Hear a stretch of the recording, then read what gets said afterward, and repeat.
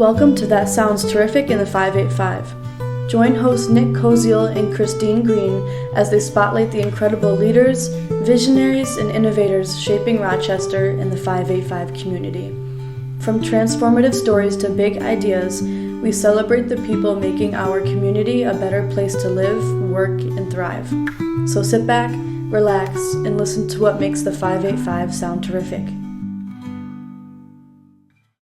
Welcome back, everyone, to another episode of That Sounds Terrific in the 585. Joining us today is Sara Passamonte from Compeer Rochester in a very, very special episode. Thank you for being on the show, Sara. Thank you for having me back. Yeah, and it is back. And what's new about this is there's a couple new things going on.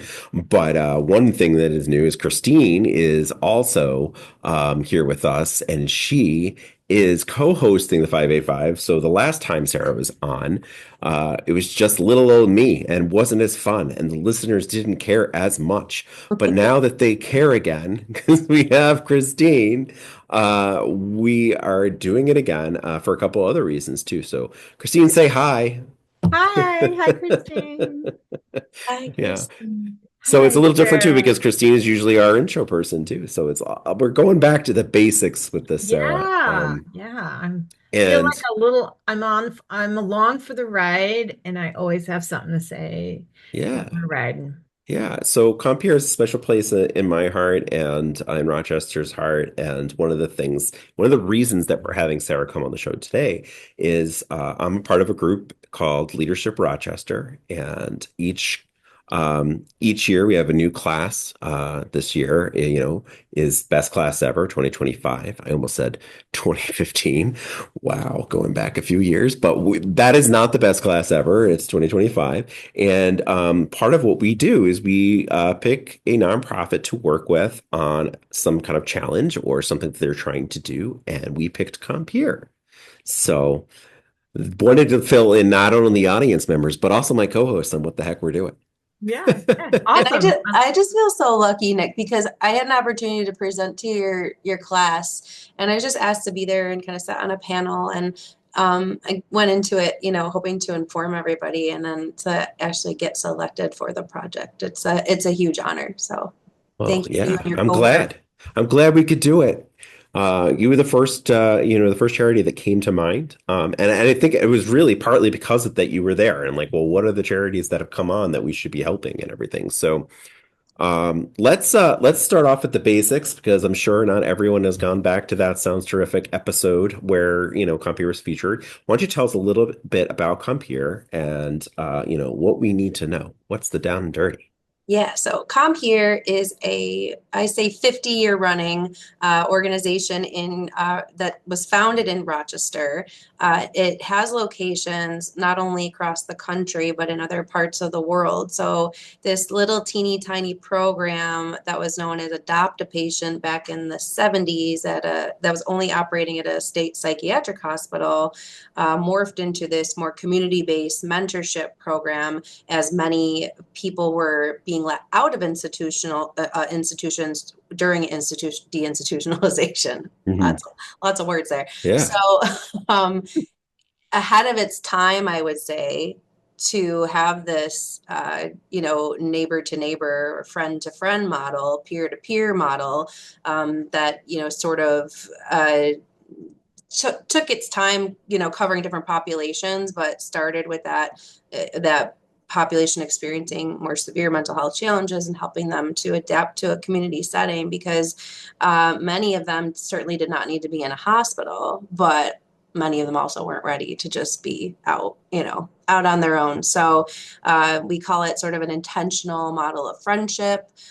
We serve children, we serve adults, we serve veterans. We have an amazing veteran program that just links veterans with other veterans in recreational settings. We have a transportation program called Vets Driving Vets. But the Compeer, the original model, is pairing a community volunteer with somebody who's in need of that supportive relationship. And the staff here are the ones that are sort of driving that by recruiting volunteers, which we don't have enough of, and we'll talk a lot about that.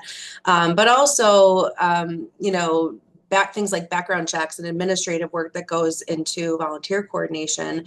And most importantly, supporting that match. We call them matches, monitoring that match to hopefully have it stay, at least a year, but many of our matches go well beyond a year. I think our longest running match is about 35 years old. It's That's like really cool. the pairing is 35 years old. So it's really That's cool. awesome. That's amazing. Sarah, several years ago, and I'm not going to remember, it was pre-COVID. Let's just, there's certain milestones. That's a big one everyone can relate to. I actually wrote a story about vets driving vets. And I had totally forgotten about it until you mentioned it right now. It's for a different publication than 585. And I can say I think it was 55 Plus magazine, which is a great magazine. And we all support each other. But anyway, I just had this weird memory of that. I had to throw that in there. And we forget sometimes, like those days before, right? Because it just seems like a lifetime ago. But and when I think about it, that program is really only about 7 years old. And probably at the time that you were writing, it was formed in partnership with Lifespan. So that would make sense for that publication. Yeah. And they were training all the drivers because most of them they were all veterans, but a lot of them were 55 and up. And it was COVID that completely... I think we had about 15 drivers pre-COVID, and they were all volunteers. They were all veterans. And after COVID, it was down to like 2, which is just, the nature of what was happening, for a while, because it was volunteer based. We couldn't even endorse the rides. Like we were like, and then it got to be like, okay, you could drive your vet, but you have to wear masks and just following all the rules. And so it's no surprise that program really struggled during COVID. And what revived it most recently was an ARPA grant that we received from Monroe County. So now we have a fleet of 2 vehicles. Well, more than one, so it's a fleet. We have a wheelchair accessible van and a sedan, and we have 3 paid veteran drivers and still a couple volunteers. That's cool. And you kind of started at Compeer, right around COVID, right? If I recall correctly, right? I started in the leadership role in January 2020, 3 months pregnant. You didn't have anything going on then. The first 3 months were really cool of my leadership. I was like, I got my dream job and I'm here and let's do all these things. And then the universe was like, nope, sit down. Sit down in your sweatpants during your last trimester. Okay. Yeah. So one of the things I know is a challenge for all nonprofits, but this one in particular, because of the process you have to go through, like matchmaking and everything, is the volunteer, right? So what kinds of volunteer experiences are you looking for? Like what's the commitment? What can you tell us about that part? Yeah. So we ask for 4 hours a month, and I don't want to just say that's nothing, because it's not just 4 hours. We spend 4 hours, sometimes scrolling, in an evening. So that goes by quickly. Time spent with an individual, depending on what you're doing, and especially during those early phases of friendship, can be, a little bit more, mentally consuming, like where you're putting in this effort to get to know somebody. So really what we're looking for when it comes to volunteers is the capacity and willingness. It doesn't necessarily have to be somebody who has all this experience. We get referrals from mental health professionals, meaning, everybody who's referred to the program is pretty much already seeing somebody for clinical care, or whatever their treatment looks like. So, we tell volunteers, you don't have to have this, you don't have to be a therapist, because they have one, and you just need to come in and be the friend. But that being said, whether you're paired with a child or a teenager or an adult, there's just more effort that goes into it. So I just don't say 4 hours a month flippantly, but it really is only 4 hours a month. So we look for people who have time. We look for people who, maybe have some relatability, which is a lot easier to find these days because more people are just willing to talk about mental health and mental illness. Mhm. I think, during our early days, our founder, Bunny Skirble, she had, a bunch of friends and connections that just carried out this work. And it was amazing. And as time goes on, you start to see some generational themes in volunteering. And, the big thing was, millennials and how they want to volunteer, and boomers and how they want to volunteer. I mean, you can have all the data in the world, but really what it comes down to is somebody who has this time and to give, and Mhm. the willingness to be a friend. We get a lot of college students, which is great because I always tell students, whether they're in college or exploring college, it's a great way to get to know, how much involvement you might want to have with a helping profession. And it's a great way to just kind of dip your toe in. And then we get a lot of retired individuals too, because they have the time. Yeah. Yeah. And so, um, flashback to actually another episode where we were talking to Amanda Chestnut. Sarah and I had met to talk about this initiative, and we were at the Flight Wine Bar. So Flight Wine Bar, go check that out. Amazing place. And I had been talking about a number of different things and then brought up Amanda. And then who's standing like outside the door? It's Amanda Chestnut coming in, and like we have this weird connection moment where like we're talking about in this moment and something that we might be able to do for Compeer. We were talking about our project, and here is the one of the curator of in this moment walking in as we're talking about them. So what I wanted to bring up, here's the question, right? So like one of the things and related to the volunteers is like there's some groups of individuals that are like pumped and primed to be great mentors, great relationships for the people that you're trying to match. And that's one of the things we're talking about is it's hard maybe to get to some of those types of volunteers. So do you want to like bring us into that conversation and talk about maybe some potential volunteers and that we could definitely showcase and that may not know it yet, but would be excellent volunteers for your organization? Yeah, I've been at Compeer for 20 years, and before I was in a leadership or a fundraising type role too, I knew that it was really hard to get funds to pay for things like advertising. And when you're talking about this kind of advertising, it really has to be kind of in your face advertising. Word of mouth is great, and that's how we've really received most of our volunteers is through word of mouth. So I don't knock it because it's an important component. But Mhm. to reach the masses that we need, knowing that, what's the conversion rate of a prospect to a customer, and it's very small. We need to reach, tens of thousands of people a year just to get the 100 that we want, Yeah. to actually to follow through.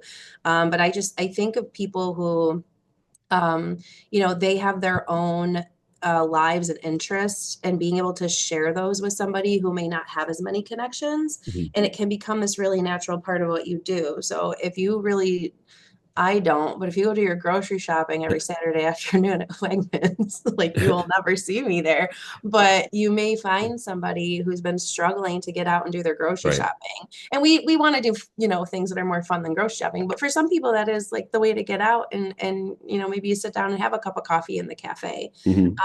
Compeer also provides our own activities for people to go to. We don't do it all the time, but maybe once a month or so, we'll host something, or a community, like a recreational place, a museum will host a Compeer day. So we try to take some of the guesswork out and make sure there are opportunities for people who are kind of running out of ideas. Mhm.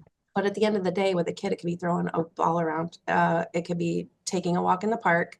It's a little bit easier in the summer to recruit volunteers. We're like, hey, there's a Yeah. festival going on. Here's some free tickets It's to the Red always a Wing. festival in Rochester. Yes, we are in festival season. We know Yeah. that. So yeah, it's just that if somebody who, I'll allude to the pandemic not too much because you get sick of talking about it, but Mm. when it first started, I remember like April 2020, people were contacting us all the time because they felt so ineffective. Like, what can I do? Like, I'm literally sitting here. What can I do? I might be out of work or not working as much or not working and not using your skills, right? So we had more volunteer inquiries and more media inquiries than I'd ever seen in the previous 15 years. Right. So if you're the kind of person who's been thinking about doing something and you're just not sure how to get involved, or you're like, I'm not the role model for somebody, I can assure you that you probably are. And Yeah. that so many of our kids, especially like the teens, like they want somebody somebody they can relate to. You don't have to have a squeaky clean background.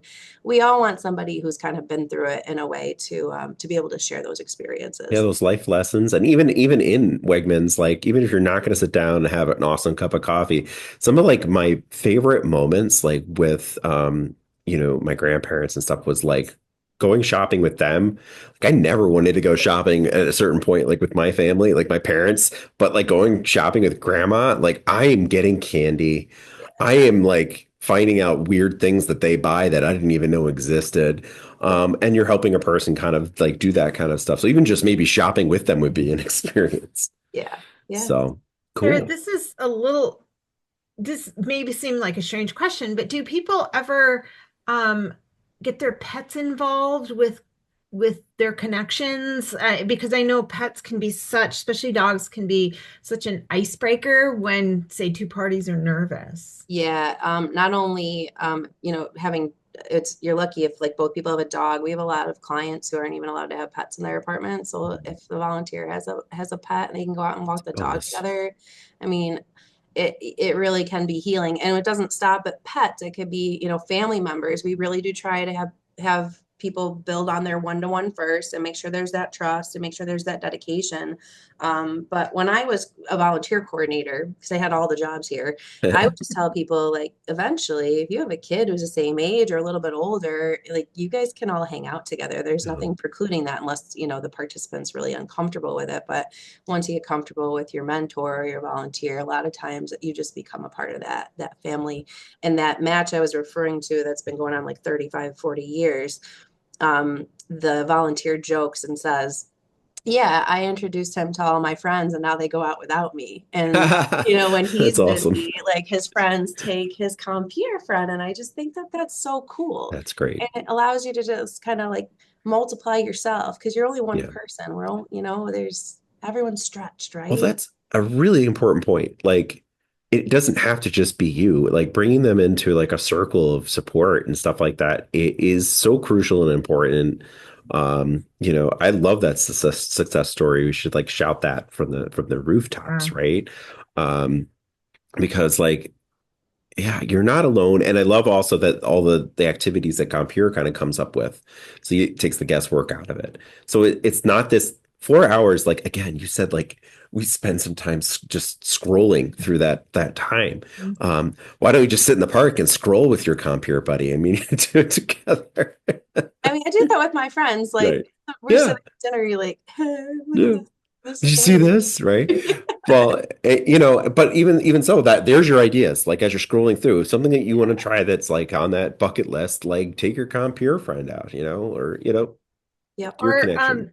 The participants all Rochester based? Are they all around the county or area? Where's we cover Monroe County. So we cover Monroe County.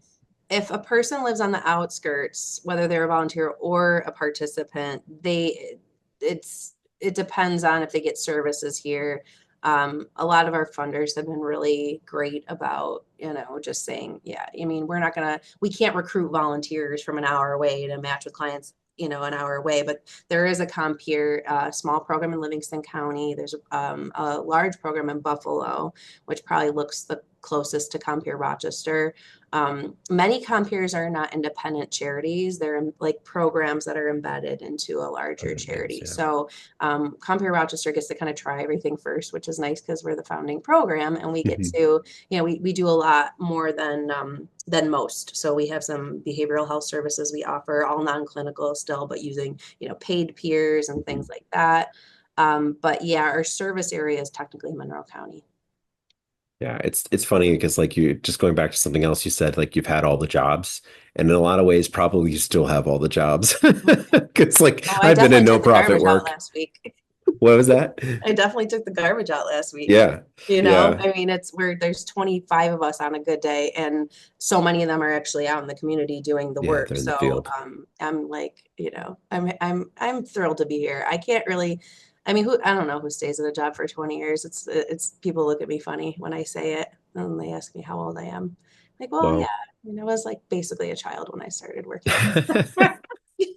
A lot of things are coming up in May. It's National Mental Health Awareness Month. Is that correct? Are you guys having specific programming around that? Yeah, so we actually defer to some of our partner organizations for this. It's not that we've never done events, but large scale events, a lot of times we leave to our partners. So Mental Health Association of Greater Rochester has a full calendar this month. They have a ton of stuff going on. I think there's a celebrity basketball game happening. They have something going on at Midtown Athletic Club. A lot of it's fundraising, but a lot of awareness around mental health too. Sure. NAMI has a pretty full calendar always. They do like more education classes. So we always plug our partners. And then Monroe County Office of Mental Health has this wonderful group called SWAT. It's their youth council, and SWAT stands for Spreading Wellness Around Town. And every year they put on this event called Got Dreams.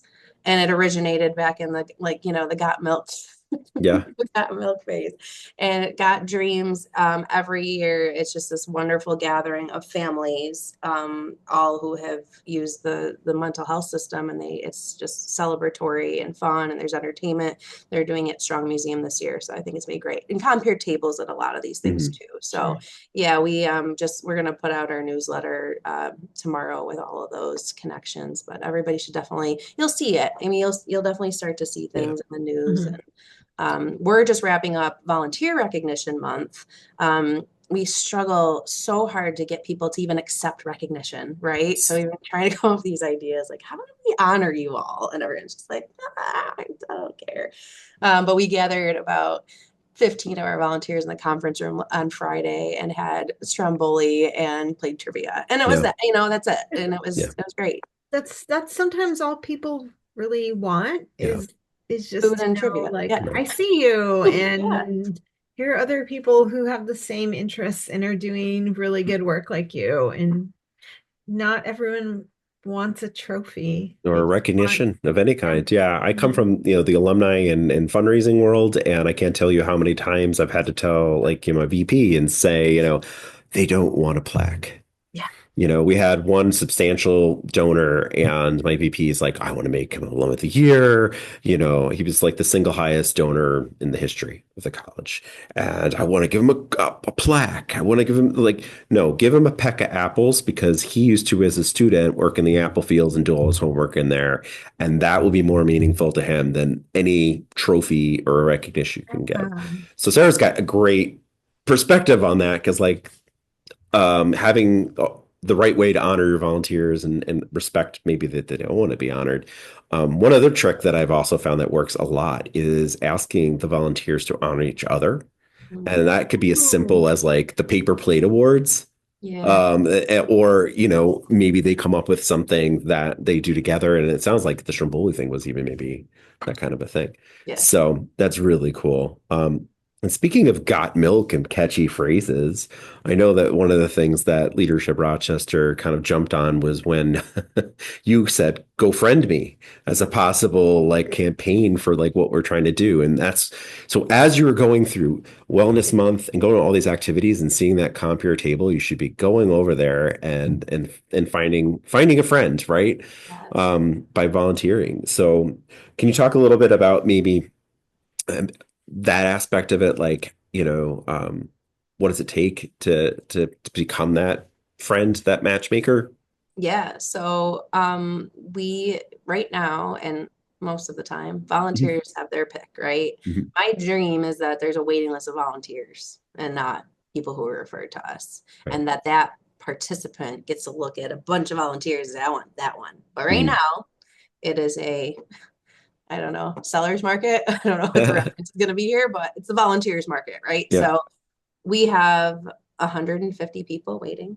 That is not an abnormal number. It's because we could make, 10 matches in a month. We haven't in a long time, but we could, and then there would be 10 new referrals. So that's okay. We want to know our services are in demand, but we want to reduce the wait. So when a volunteer expresses an interest, whether it's at a community event or goes on our webpage, we work just so quickly to get people in, because the last thing I want to do is say, oh yeah, we're having an orientation in 2 months, and just we grab people as soon as they're interested. you get an email in about 24 hours or less. And we do an interview process. We do pretty extensive background checks. I always say criminal history does not preclude somebody from participating as a volunteer. Sometimes it's, it's that magic that somebody needs to be like, oh, Right. yeah, you're not perfect either, right?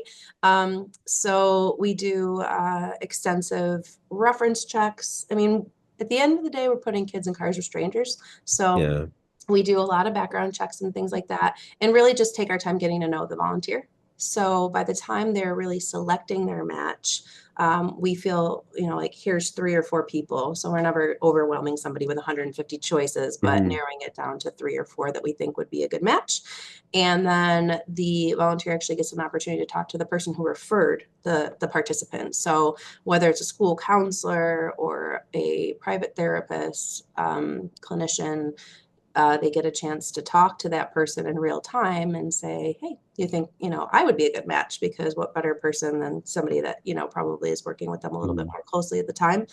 And then we make that introduction. So it's never, something you have to do on your own. The coordinator who has done your interview and training will actually accompany you to meet your match for the first time. And then you're on your own. But we do ask for reporting. Not all the way. Yeah. Not all the way. You still have planned events and support but you know what's neat about this is I have a number of friends that have entered the friends market again, or looking for that next connection is always so freaking tough because like in this digital world we live in and all that, like finding and meeting people is hard. And here's a service that's doing it for you, right? And the other part of this is something we talked about. There are people that are looking to get more involved, maybe through adoption or fostering, and a lot of that takes a very long time in order to be able to do. And what better way to like connect with a child than to become connected with Compeer? So that's super cool.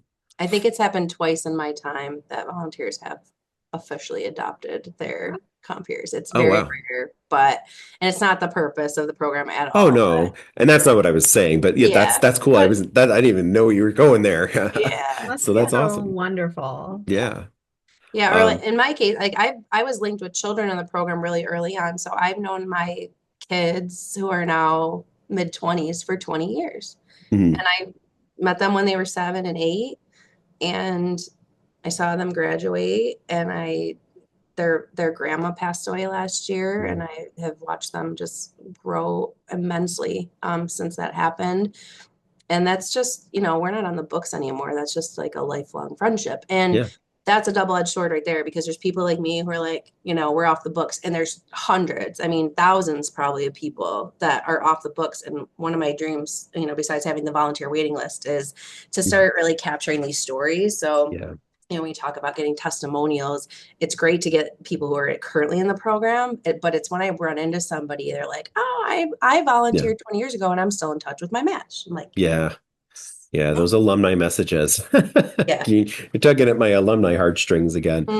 Yeah, that is tough. Like, and it's surprising, like what you'll also find about, like, I wouldn't be surprised if like 2 mentor people that were mentoring children or something met, and then they're a group, or maybe they even got married at some point, like the 2 mentors, and they have 2 mentees now that are also like connected to them.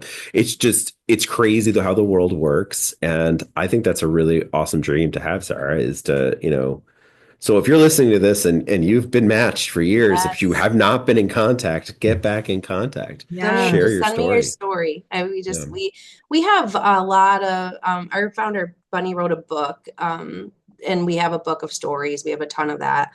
But I think hearing about people now, especially post-pandemic, just the changes we've all experienced, I think, in how we look at mental health, and the slow and steady reduction of stigma with some hiccups along the way. But again, I just think that from what I hear, people are not as shy to talk about themselves, and not incredibly scared to link up with somebody just because they have a mental health issue. Like, all right, well, doesn't.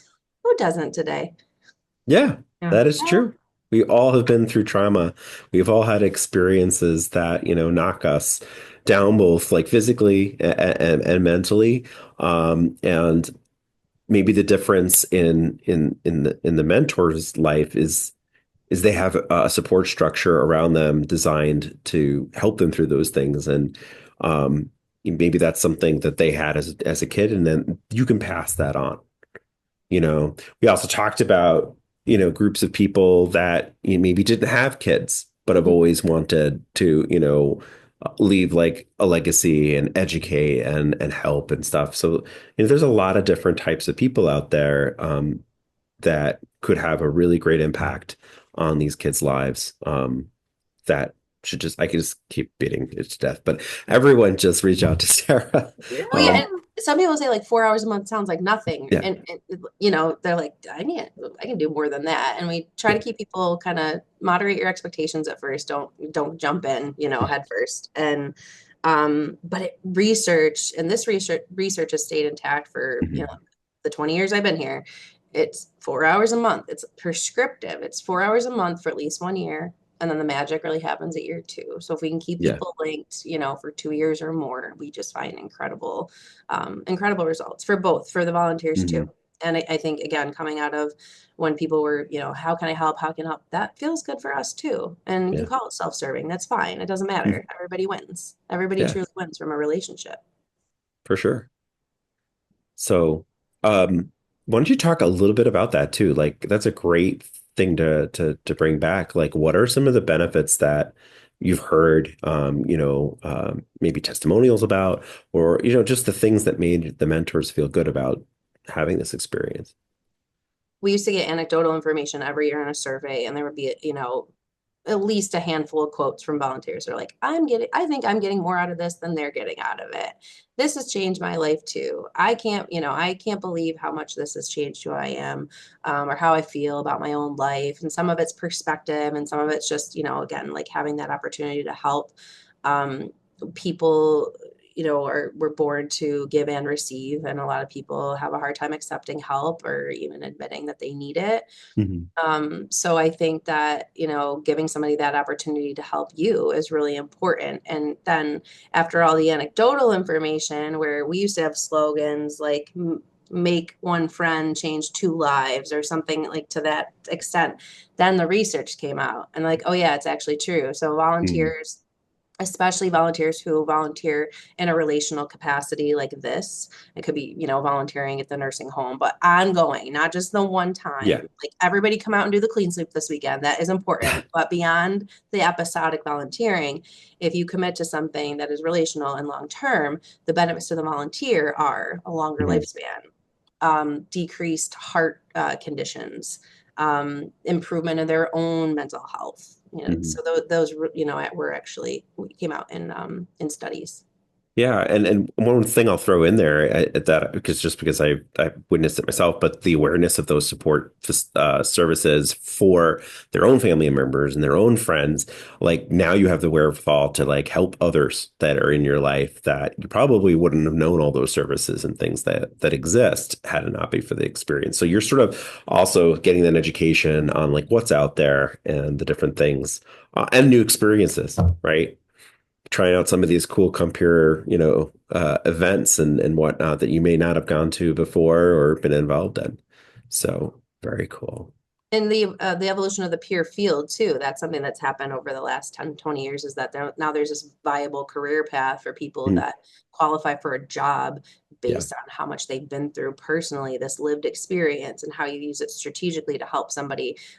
We existed, really just to match volunteers, and everything was volunteer, and it was wonderful. I mean, our first like 35 years, we're just working with volunteers, and it's beautiful when it happens. But then as you see the scarcity of volunteers and still realize how many people need help, to be able to watch people come in and get a job here working with people out in the community. And direct service is not new, but having your superpower be what you've gone through instead of maybe your education or maybe in addition to, but the certified peer checks are just amazing. So we are always looking for people to come work here too. Awesome. What are some of your community partners in Monroe County that have really shown up for Compeer, its volunteers, and the people that you support? So some of the longstanding partners that have helped us carry out just more fun programming are like Rochester Museum and Science Center, for one. Like, our volunteers get free admission with their matches to the planetarium or the museum anytime. And that's just been a standing freebie for as long as I've known. Shaw Wow. Museum gives us a half price discount, and they've also been instrumental in our walk, the Compeer Mile. It's not till November. I won't talk about it too much, but I'll plug it. The Compeer Mile is our fundraiser that was created post-pandemic because we got away from galas and golf tournaments, as a lot of people did. And Strong lets us end there, and people basically get in for free. So that's really cool. Memorial Art Gallery, Susan B. Anthony House, all of the historical buildings have kind of, reached out a hand to us over the years. And then our nonprofit partners who may not have a event or a good or service to give, but Mental Health Association, all of their free classes that we're able to plug our clients into and kind of refer back and forth. NAMI with their educational classes. We're actually partnering with NAMI on a parenting coping skills class, and they're based a lot on volunteers as well. They have about a fifth of the staff that we have, and volunteers that are teaching. And they have a longtime volunteer who's been teaching this class, and she wants a succession plan for it. And so they chose Compeer and Mental Health Association to help carry out this, hopefully forever.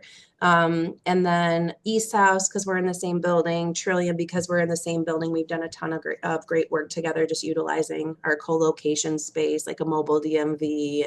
And Trillium has a food link, food truck. So we get all the amenities of whatever is going on with our business partners, and just referrals back and forth. It's actually amazing that there's a little overlap, but not a ton. So Compeer has this nice little niche where I feel like we actually aren't stepping on toes. And a lot of the places I just mentioned, our services complement each other wonderfully. Same thing with the veteran world. We don't do housing, we don't do basic needs. We play this very specific role in social connections. And I think that also helps us to play really nice in the sandbox with all of our community partners. So it's not like this, clawing for funding kind of situation that a lot of other nonprofits have to deal with. Yeah, So there's a lot of fighting amongst the nonprofits, but when you really kind of uncover what each nonprofit is doing, there's a little niche area that could be very helpful to both of you. And I really admire that about Compeer, that you are just great, sandbox players. And we're awesome. like I said, festival season, baseball season, we'll get free tickets from the Red Wings donated. Our BTL Auditorium Theater, they donate tickets to us, or heavily discounted tickets. So there are these nice little perks for becoming a volunteer. That's awesome. Have So you sorry, go I'm ahead, sorry. Christine. I was No, just go going to ahead. say, this just occurred to me, and I don't even know if this is what the answer will be. So we'll find out. Have you ever had people that have been in the role of being the mentee who need the services grow and change through the years and then turn around and become volunteers? Yeah. Ooh, I'm so glad I asked. I actually had one of my kids, I will say, that I matched as when he was 10. He came to work for me last year. That was really cool. That was like full circle. And as again, with the creation of the peer industry, like an actual career track for it, there's a lot of people who get that experience and then can come back and apply to work at our organizations. And yes, we have a handful of young adults that will come back to the program and volunteer. Yeah. Those end up being like your most passionate employees, right? Oh yeah. Yeah. I love when nonprofits hire their volunteers.